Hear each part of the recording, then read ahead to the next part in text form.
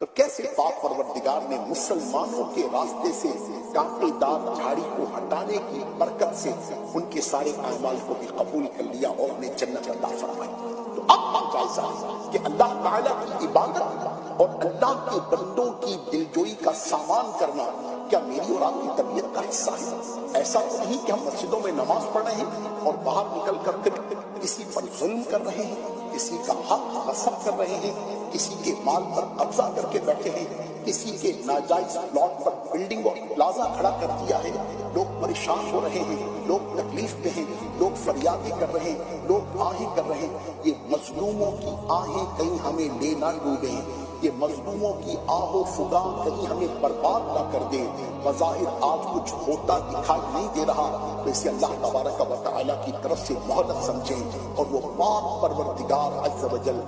عمومی طور پر ایک مقولہ کہا جاتا ہے نا، اللہ کی لاٹھی بے آواز ہے۔ جب وہ پاک پروردگار عز و جل ظالم پر اپنی پکڑ فرماتا ہے تو پھر ذہن میں رہے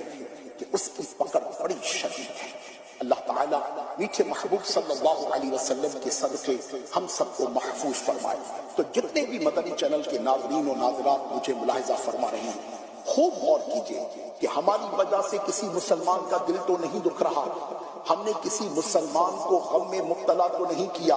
ہمارے قول یا فعل کی وجہ سے کسی مسلمان کا حق تو نہیں مارا جا رہا۔ ایسا نہ ہو کہ یہ سارے کا سارا سفر بیکار ہو جائے، ہم عمروں پر عمرے کریں، ہم حجوں پر حج کریں، ہم روزوں پر روزے رکھیں، ہم نوافل پر نوافل کریں، ہم صدقات پر صدقات دیں، مگر ہماری وجہ سے کسی پر ظلم ہو رہا ہو، ہمارے ایمان پر کسی کو ظلم میں مبتلا کیا جا رہا ہو، ہمارے سگنیچر سے، ہمارے اپروول سے کسی کو تکلیف پہنچ رہی ہو، ہم نے کسی کا حق دبا رکھا ہو، اپنے ہی سگے بہن بھائیوں کا حق دبا رکھا ہو، اپنے بابا کے انتقال کے بعد اپنی بہنوں کو حق دینے کے لیے تیار نہ ہوں، اپنے دادا کے انتقال کے بعد اپنی پھپھیوں کا حق مار کر بیٹھا ہوں، اپنے نانا کے انتقال کے بعد ہو سکتا ہے اپنی خالہ کا حق مار کر بیٹھے ہوں۔ جی ہاں، انٹیریئر میں تو یہ معاملات بہت زیادہ ہوتے ہیں۔ ایک بہت بڑی تعداد ہے کہ جو بہنوں کا اور بیٹیوں کا حق دینے کے معاملے میں اس قدر سستی کرتی ہے، اس قدر کجروی سے کام لیتی ہے، اس قدر بہانوں سے کام لیتی ہے کہ اللہ تبارک و تعالی عز و جل کی پناہ۔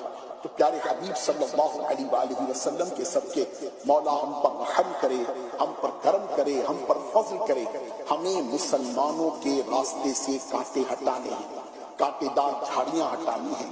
وہ کام کہ جس کی وجہ سے مسلمان تکلیف میں ہوں،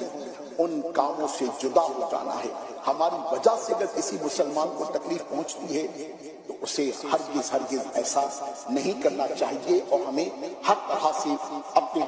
بھائی کے تعلق سے صاف ہونا چاہیے۔ اور جو ایسا کرتے ہیں اللہ تعالیٰ انہیں کیسی نعمتیں عطا فرماتا ہے، جس کا ذکر میں نے ابھی آپ کی خدمت میں